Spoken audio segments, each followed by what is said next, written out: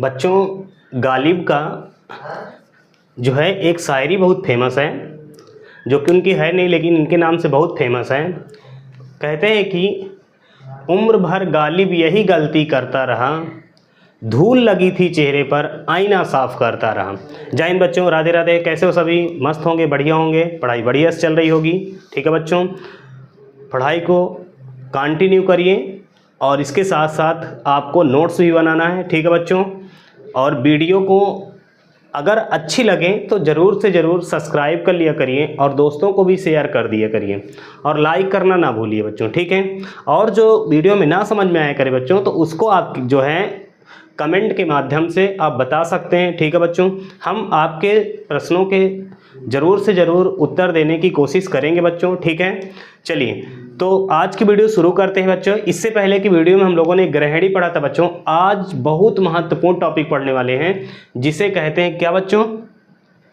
अग्न्याशय। ठीक है, अग्न्याशय बहुत ही महत्वपूर्ण जो एक ग्रंथि होती है, ठीक है, जो हमारे पाचन में सहायता करती है, बहुत ही महत्वपूर्ण है। इससे हमेशा कहीं ना कहीं कंपटीशन में, बोर्ड एग्जाम में इससे प्रश्न हमेशा बनते हैं बच्चों। ठीक है, तो इसके बारे में आज हम शुरू करते हैं और बहुत मजा आने वाली इसको पढ़ने में। ठीक है बच्चों, तो देखो ये अब क्या है अग्न्याशय, यहाँ पर आपको चित्र दिख रहा होगा। ठीक है बच्चों, तो ये है अमाशय। अमाशय के नीचे ये होती है सी के आकार की ग्रहणी होती है। ठीक है, पिछली वीडियो में हमने बता दिया इसके बारे में। और ग्रहणी के पास एक स्थान होता है जिसे कहते हैं मिसेंट्री। मिसेंट्री नामक स्थान से लगी हुई होती है क्या बच्चों? एक ये अग्न्याशय। ठीक है, तो यही है ग्रहणी और ग्रहणी से ये है बच्चों मिसेंट्री नामक स्थान। ठीक है बच्चों, चलिए बात करते हैं क्या है ये। ठीक है, चलो ठीक है, तो पहला क्या बच्चों, अगर हम बात करते हैं ग्रहणी की कहाँ से लगी हुई है? मिसेंट्री नामक स्थान से। कहाँ पर? मिसेंट्री नामक स्थान। ठीक है, कहाँ से लगी हुई बच्चों? मिसेंट्री नामक स्थान से क्या होती है? जुड़ी होती है। ठीक है, कहाँ हो जाएगी भैया? जुड़ी होगी। बस समझ में आ गई प्यारे बच्चों? मतलब ये मिसेंट्री नामक कहाँ से? ग्रहणी के मिसेंट्री नामक स्थान से क्या होती है? जुड़ी होती है। ठीक बच्चों, क्या होती है भैया? तो आगे याद रखिए, अगला पॉइंट बहुत ही महत्वपूर्ण है। याद रखिए बच्चों, ये दूसरी सबसे बड़ी ग्रंथि। सबसे बड़ी कौन सी होती है बच्चों? लीवर होती है, यकृत। ठीक है, तो ये क्या भी हो? दूसरी सबसे बड़ी ग्रंथि। पहली तो बड़ी कौन है? लीवर है। दूसरी कौन सी है? ये है दूसरी सबसे बड़ी ग्रंथि होती है बच्चों। ठीक है, क्या होती है? मतलब ये दूसरी सबसे बड़ी ग्रंथि कौन सी होती है बच्चों? कौन सी होती है? अग्न्याशय होती है। बात समझ में आ रही कि नहीं? अब बात करते हैं कितनी बड़ी होती है बच्चों। तो याद रखो कितनी बड़ी होती है? 12 से लेकर के 15 सेंटीमीटर। कितनी बच्चों? 12 से 15 सेंटीमीटर क्या होती है बच्चों? लंबी होती है। क्या हो जाएगी? 12 से 15 सेंटीमीटर क्या होती है? लंबी होती है। बात समझाई कि नहीं? कहाँ पर पाई जाती है बच्चों? देखो ये है डायाफ्राम। डायाफ्राम के ठीक नीचे पेट, और पेट के यहीं पर क्या हो जाती है? यहाँ पर पाई जाती है, जिसे नाम देते हैं क्या? अग्न्याशय। ठीक है, अब आगे बात देखो, 12 से 15 सेंटीमीटर क्या होती है बच्चों? लंबी होती है। और 3 सेंटीमीटर कैसे बच्चों? 3 सेंटीमीटर क्या होती है बच्चों? चौड़ी होती है। कैसे होगी बच्चों? 3 सेंटीमीटर क्या होती है बच्चों? चौड़ी होती है। ठीक है, बात समझ में आ रही कि नहीं? अब बात करते हैं किस कलर की होती है बच्चों। अगर हम इसकी क्या बात करते हैं? रंग की। किस बात करेंगे? रंग की। किस कलर की होती है बच्चों? गुलाबी रंग की होती है। कैसे होती है? किस रंग की होती है? गुलाबी रंग की होती है। मतलब गुलाबी रंग की होती है। कैसी होती है? पत्ती के आकार की संरचना होती है। कैसी होती है बच्चों? अगर हम आकार की बात करते हैं इसकी, तो आकार की बात करते हैं तो कैसे होगी बच्चों? पत्ती के समान नियमित आकार की। अनियमित।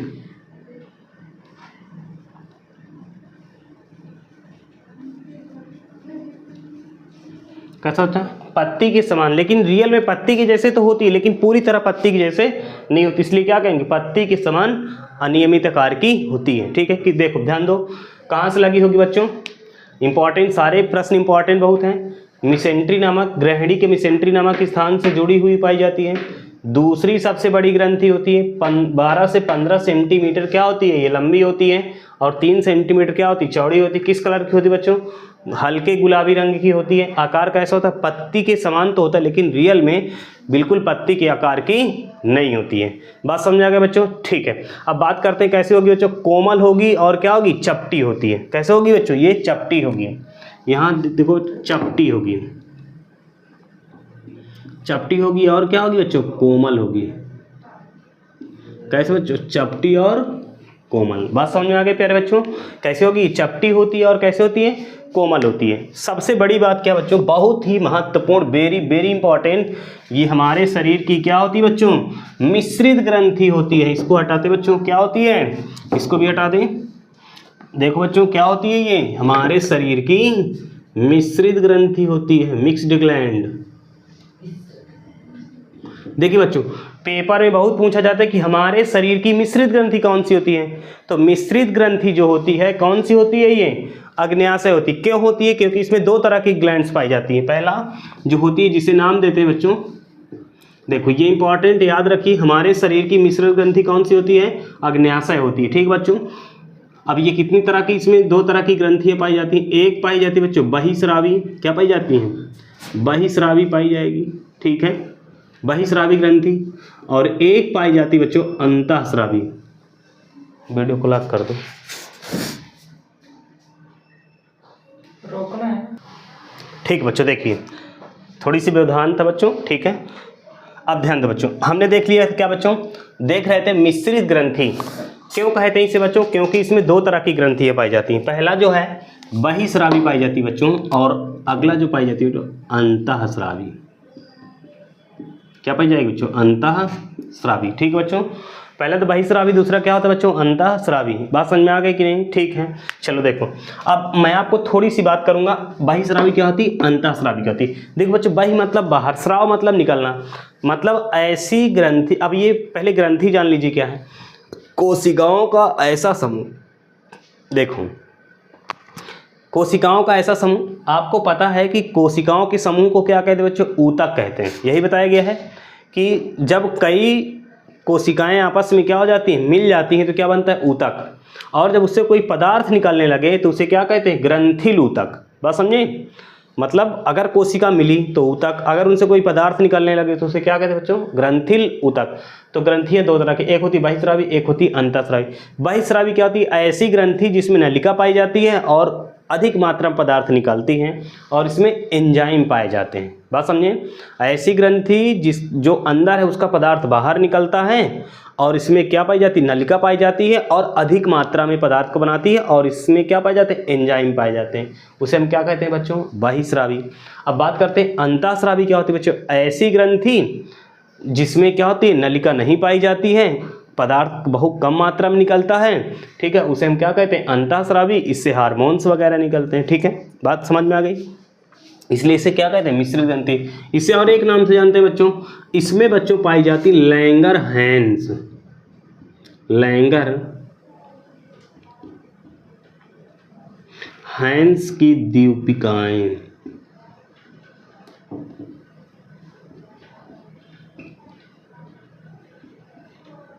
क्या पाई जाती है बच्चों, पेपर में बहुत इंपॉर्टेंट, पेपर में पूछा जाता है कि लैंगरहैंस की द्वीपिकाएं कहाँ पाई जाती है बच्चों। तो जो लैंगरहैंस की द्वीपिकाएं वो यहाँ पाई जाती हैं। कैसे होती है बच्चों, इधर देखिए थोड़ा सा, इस तरह से लैंगरहैंस एक वैज्ञानिक थे जिन्होंने क्या की थी, इसके अंदर जो सेल देखा था वो इस तरह की पाई गई थी, ठीक है बच्चों, इस तरह से, ठीक है, जिसे कहते हैं लैंगरहैंस। ठीक है बच्चों, समझ में बात आ गई। ये लैंगरहैंस क्या है, लैंगरहैंस की द्वीपिकाएं पाई जाती हैं। बात समझ गए बच्चों, ठीक है, आगे बात करते हैं। ठीक है, इतनी बात समझ में आ गई कि मेसेंट्री नामक स्थान से क्या होती है बच्चों, जुड़ी होती है। दूसरी सबसे बड़ी ग्रंथि होती है 12 से 15 सेंटीमीटर लंबी होती है, 3 सेंटीमीटर चौड़ी होती है, रंग गुलाबी होता है। और कैसा, रंग गुलाबी होने के साथ साथ क्या होता है, ये चपटी होती है। कैसे होती है बच्चों, चपटी होती है, ठीक है। और कैसे होती है बच्चों? कोमल होती है। कैसे होगी? चपटी होने के साथ साथ क्या होगी बच्चों? कोमल होगी। बात समझ में आ गई, ठीक है। आगे चलते हैं। आकार कैसा होता है? पत्ती के समान तो होता है, लेकिन रियल में बिल्कुल पत्ती के जैसे नहीं होता, इसलिए कैसे? पत्ती के समान अनियमित आकार की होती है। बात समझ गए। इसमें क्या पाई जाती है बच्चों? इसमें पाई जाती है लैंगरहैंस की दीपिकाएँ पाई जाती हैं, ठीक है बच्चों। इसे हम किस ग्रंथि के नाम से जानते हैं? मिश्रित ग्रंथि के नाम से जानते हैं। क्यों जानते हैं? क्योंकि इसमें बहिःस्रावी ग्रंथि पाई जाती है और अंतःस्रावी ग्रंथि पाई जाती है, ठीक है बच्चों। अब बात करते, देखो अग्न्याशय से निकलता है बच्चों अग्न्याशयी रस। क्या निकलेगा? अग्न्याशयी रस। ये बच्चों क्या निकलेगा बच्चों? अग्न्याशयी रस निकलेगा, ठीक है। अब उस अग्न्याशयी रस में क्या होने वाला है बच्चों? ठीक है, तो इसका जो है बच्चों एक इसका जो है स्क्रीनशॉट लीजिए, तो इसको हटाएं और फिर इसके कार्य के बारे में बात करते हैं, ठीक है बच्चों। ठीक है बच्चों, चलो स्क्रीनशॉट ले लिए बच्चों। अब चलते हैं, इसको थोड़ा सा हटाते हैं।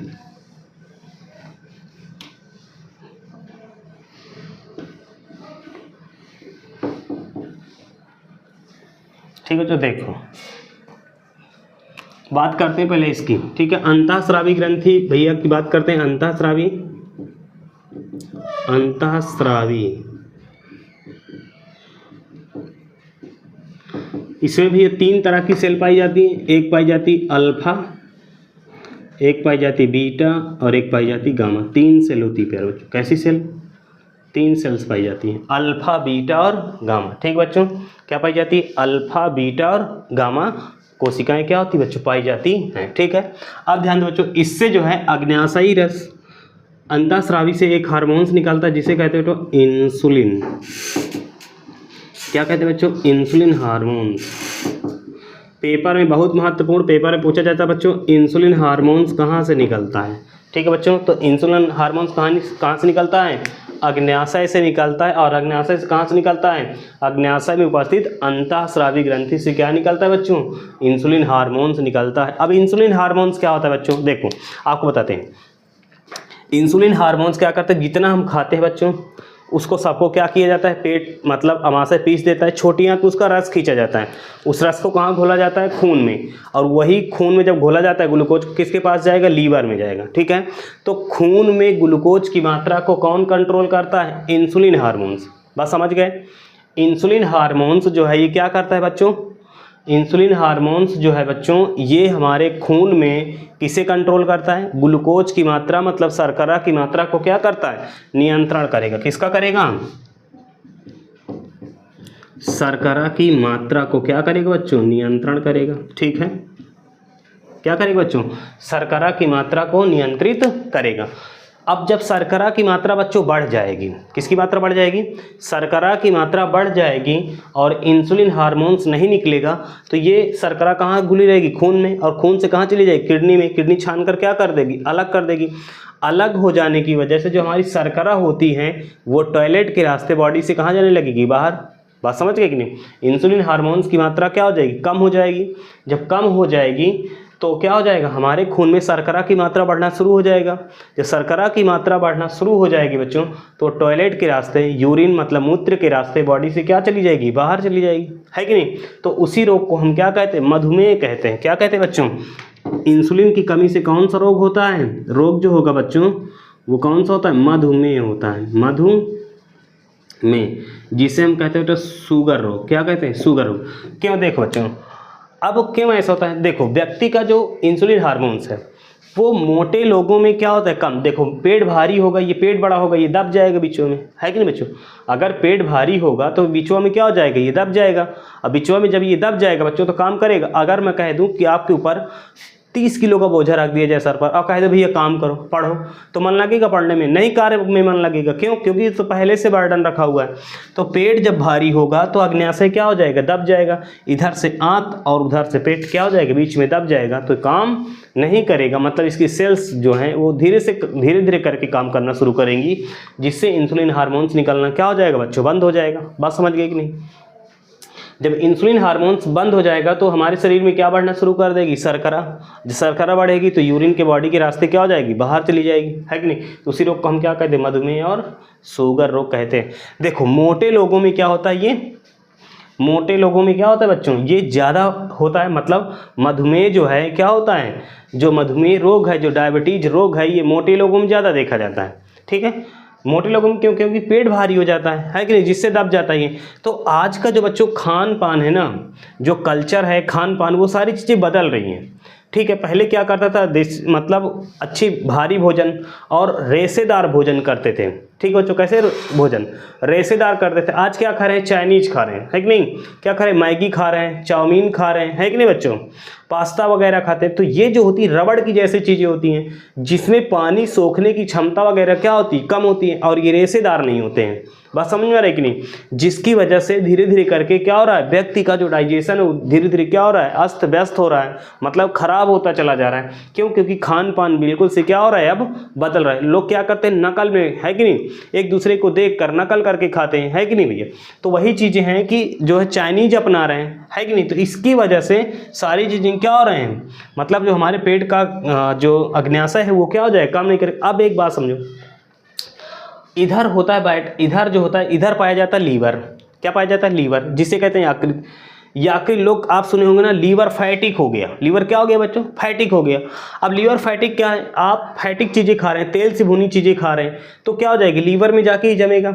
और लीवर में जब जाकर जमेगा तो लीवर क्या करेगा, काम करना बंद करेगा।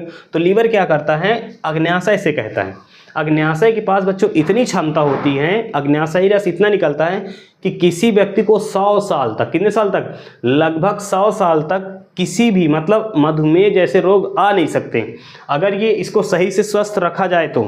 ठीक है, मतलब इतना रस निकालता है अग्न्याशय से, इतना रस निकालता है कि 100 साल तक किसी व्यक्ति को रोग नहीं होता है। लेकिन आप फैटिक चीज़ें खा रहे हैं, क्या खा रहे हैं बच्चों, फैटिक चीज़ें खा रहे हैं, जिसकी वजह से लीवर क्या हो रहा है, लीवर की सेल्स डैमेज हो रही हैं। जब लीवर की जो सेल हैं वो क्या हो रही हैं, काम करना बंद कर रही हैं, तो अग्न्याशयी रस को मांगेंगी। भाई लीवर मुंशी है, मुंशी मतलब क्या है, वो पाचन का मुंशी है, क्योंकि बड़ी ग्रंथि है। ये क्या करेगी, किससे मांगना शुरू करेगी, अग्न्याशय से उधार मांगना शुरू करती है। कौन, लीवर, कि भैया ऐसा हमको अग्न्याशयी रस दो, ताकि हम क्या करें, फैट का क्या कर सकें, गला सकें।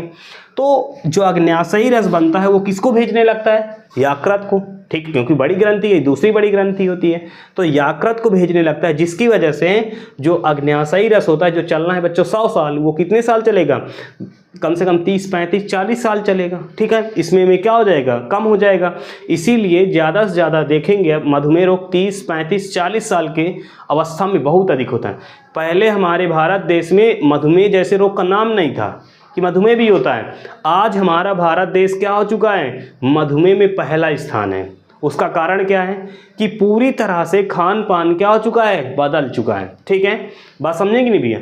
तो अब इतनी बात समझ गए कि नहीं, मधुमेह क्या करता है, समझ के बाद। तो मधुमेह जो है क्यों हुआ, क्योंकि इंसुलिन हार्मोन्स निकला नहीं। ठीक है, अब इंसुलिन काहे निकलेगा भैया, जब आप दौड़ेंगे, एक्सरसाइज करेंगे, पेट हल्का होगा, है कि नहीं, तो क्या हो जाएगा, ये फिर से इंसुलिन हार्मोन्स निकलना शुरू कर देता है।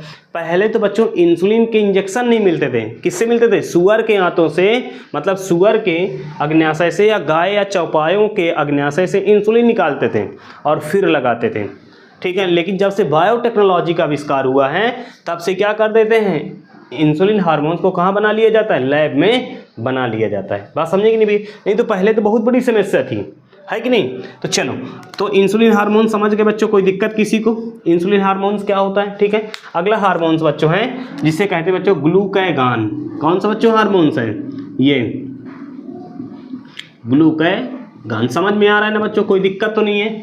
चलिए बात करते हैं किसके ऊपर, ग्लूकागॉन हार्मोन्स। बात समझ गए, ग्लूकागॉन हार्मोन्स क्या होता है, इसका नाम है ग्लूकागॉन। देखो जितना खाए सब कुछ क्या हुआ, पिस गया, पिसने के बाद छोटी आंत रस निकाल ली, कहाँ जाएगा, लीवर में। लीवर क्या करता है, ग्लूकागॉन हार्मोन्स की मदद से, किसके हार्मोन्स की मदद से, ग्लूकागॉन हार्मोन्स की मदद से ग्लूकोज को किस में बदल देता है, ग्लूकोज को ग्लूकागॉन बदलेगा, ग्लूकागॉन किस में बदलेगा, तो ग्लाइकोजन में। किस में बदल जाएगा, ग्लाइकोजन में। समझ में आ गया बाबू आप लोगों को। ठीक है, ग्लाइकोजन में। ठीक है, अब देखिए बाबू इधर क्या, ग्लूकोज जो है व्यक्ति की क्या है, वो तो एनर्जी है। जब हम काम नहीं करते तो ये हमारी एनर्जी क्या हो जाएगी, ग्लाइकोजन फॉर्म में क्या हो जाती है, स्टोर हो जाती है। बात समझे कि नहीं। मतलब जो हम खाते हैं पूरा का पूरा हमारी जो एनर्जी होती है किस रूप में स्टोर रहती है, ग्लाइकोजन के रूप में। कैसे, ग्लाइकोजन के रूप में, है कि नहीं। आपने देखा होगा बच्चों कि जब हम सुबह से कोई काम करना शुरू कर देते हैं और खाना नहीं खाते तो थोड़ी देर के लिए भूख लगती है कि नहीं, बहुत तेज भूख लगेगी और फिर इसके बाद क्या हो जाएगी, भूख धीरे धीरे करके समाप्त हो जाती है। तो आप अपने घर में कहते होंगे कि मम्मी कहती खाना खा ले, तो आप कहते होंगे आराम से कि अब भूख क्या हो चुकी है, मर चुकी है। कहते हैं कि नहीं कहते, भूख मर गई है। क्यों, क्योंकि हमारी जो पहले से स्टोर एनर्जी थी, मतलब जो ग्लाइकोजन स्टोर था, फिर इसमें किस में बदलने लगा, ग्लूकोज में बदलने लगा और फिर से ऊर्जा क्या हो गई, मिलना शुरू हो गई। बात समझे कि नहीं।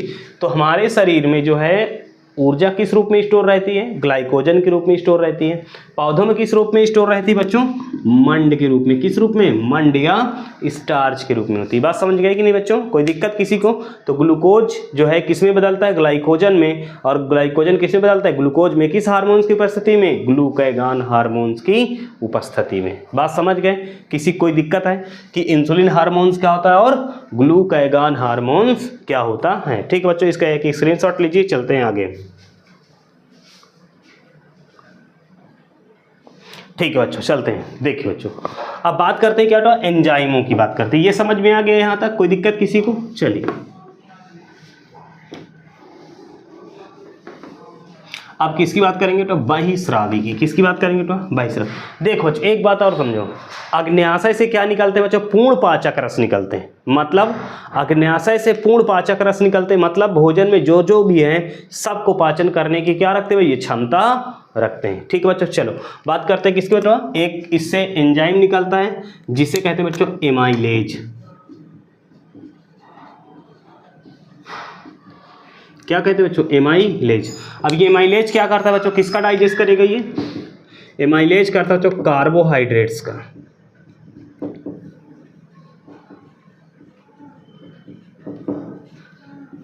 किसका बच्चों, कार्बोहाइड्रेट्स का। बात समझ गए कि नहीं भैया, किसका बच्चों, कार्बोहाइड्रेट्स का बदल क्या करेगा, जो एमाइलेज होता है बच्चों वो किस में बदलेगा, कार्बोहाइड्रेट्स को, या बच्चों किसे, पॉलीसैकेराइड को। किसे बच्चों, पॉलीसैकेराइड को। इसको पॉलीसैकेराइड भी लिखते हैं, पॉली।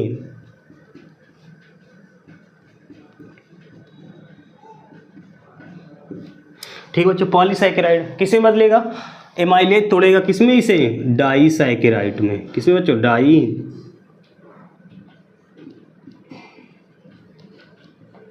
जी बच्चों, बात समझे कि नहीं। मतलब ध्यान दीजिए, अग्न्याशय से एक एंजाइम निकलता है जिसे क्या कहते हैं बच्चों, एमाइलेज। ये किसे बदलता है, कार्बोहाइड्रेट्स मतलब पॉलीसैकेराइड। पॉली मतलब बहुत, सैकेराइड मतलब शर्करा के अणु। बहुत से शर्करा के अणुओं को किसमें बदलता है, मतलब बड़े शर्करा के अणुओं को डाई। डाई मतलब दो, ठीक है, सैकेराइड अणु मतलब दो सैकेराइड अणुओं में बदल देते। इसका मतलब बच्चों क्या है, ध्यान दो मेरी बात। ये जो है एमाइलेज जो है दो स्टेप में क्या करता है बच्चों, दो स्टेप में इसको तोड़ता है। डाईसैकेराइड जो है बच्चों ये चेंज होता है किसमें, डाईसैकेराइड। डाईसैकेराइड बच्चों किसमें चेंज होगा, ये चेंज होगा बच्चों मोनोसैकेराइड में। मोनोसैकेराइड। बात समझे कि नहीं बच्चों। जो डाईसैकेराइड होती है वो क्या करता है, जो एमाइलेज है क्या बच्चों, पहला मतलब यही रहेगा एंजाइम। ये बात समझ में आई कि नहीं। पहला है किसमें बदलेगा, दो स्टेप में बदलेगा। पहला कार्बोहाइड्रेट्स पॉलीसैकेराइड किसमें बदलेगा, डाईसैकेराइड में बदलेगा। फिर इसके बाद यही एमाइलेज किसमें, डाईसैकेराइड को किसमें बदल देता है बच्चों, मोनोसैकेराइड में बदलता है। बात समझे कि नहीं। एमाइलेज यहाँ भी ले देते हैं।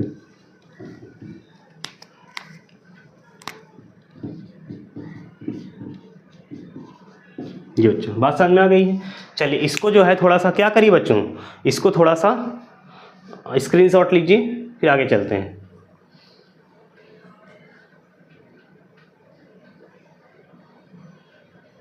हो गया बच्चों, चलो ठीक है। अब बात करते हैं बच्चों अगलो, ठीक है, आगे बात करते हैं।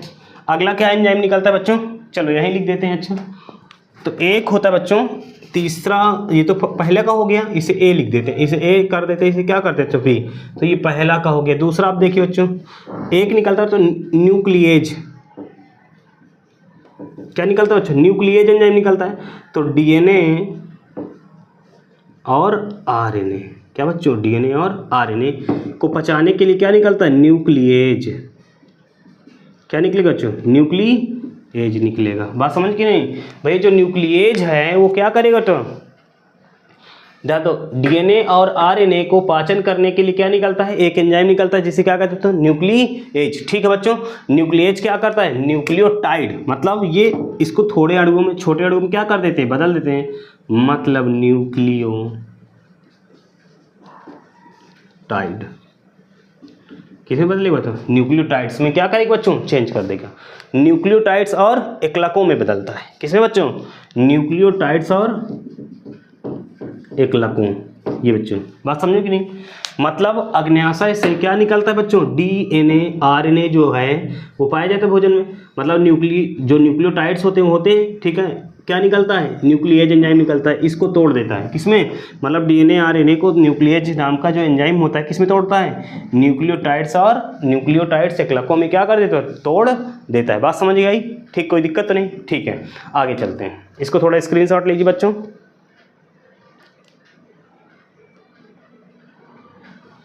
ठीक है,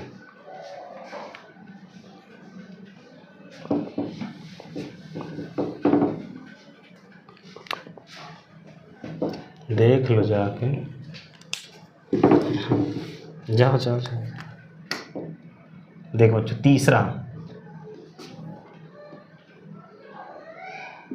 क्या पाचन बच्चों, प्रोटीन का पाचन होना है। किसका पाचन होना है, किसका प्यारे बच्चों होना है, प्रोटीन का पाचन होना है। ठीक है, क्या निकलता है, एंडोपेप्टिडेज। ये बच्चों, ये एक प्रकार का क्या बच्चों, एंजाइम। बात समझे, ध्यान दो बच्चों, प्रोटीन जो है बच्चों क्या है, जो प्रोटीन हमने खाया है अग्न्याशय से क्या निकलेगा, एंडोपेप्टिडेज नाम का एक एंजाइम निकलेगा बच्चों। ये क्या करता है, इसको किसमें तोड़ देगा बच्चों, पॉलीसैकेराइड में। किसमें तोड़ेगा बच्चों, पॉलीसैकेराइड में, पॉलीसैकेराइड। किसमें तोड़ेगा बच्चों, पॉलीसैकेराइड में तोड़ेगा। ठीक है, और किसमें तोड़ेगा, पेप्टोन्स। ये बच्चों ठीक है, दो में क्या करेगा, तोड़ेगा। मतलब जो है इससे एक एंजाइम निकलता है जिसे क्या कहते हैं, एंडोपेप्टिडेज एंजाइम निकलता है, जो प्रोटीन को किसमें तोड़ता है, पॉलीसैकेराइड में और पेप्टोन्स में तोड़ता है। बात समझ में आ गई फिर बच्चों। तो ये रहा अग्न्याशय का कार्य। ठीक है बच्चों, बहुत ही महत्वपूर्ण कार्य है। जितने मैंने इससे क्वेश्चन बताए बहुत ही महत्वपूर्ण, हमेशा किसी न किसी एग्जाम में पूछे जाते हैं। ठीक है बच्चों, तो उम्मीद है बढ़िया समझ में आया है बच्चों। यदि बढ़िया समझ में आ रहा है आप लोगों को तो वीडियो को ज़्यादा से ज़्यादा शेयर करिए, चैनल को सब्सक्राइब कर लीजिए। ठीक है बच्चों, कि जैसे ही वीडियो डालें सबसे पहले आपके पास नोटिफिकेशन आए। बच्चों मैंने कहा था कि इसमें हम क्या करेंगे, कंप्लीट सिलेबस आपको पढ़ाया जाएगा। ठीक है, बात समझ गए बच्चों। ठीक है, मिलते हैं अगले वीडियो में बच्चों। जय हिंद, राधे राधे।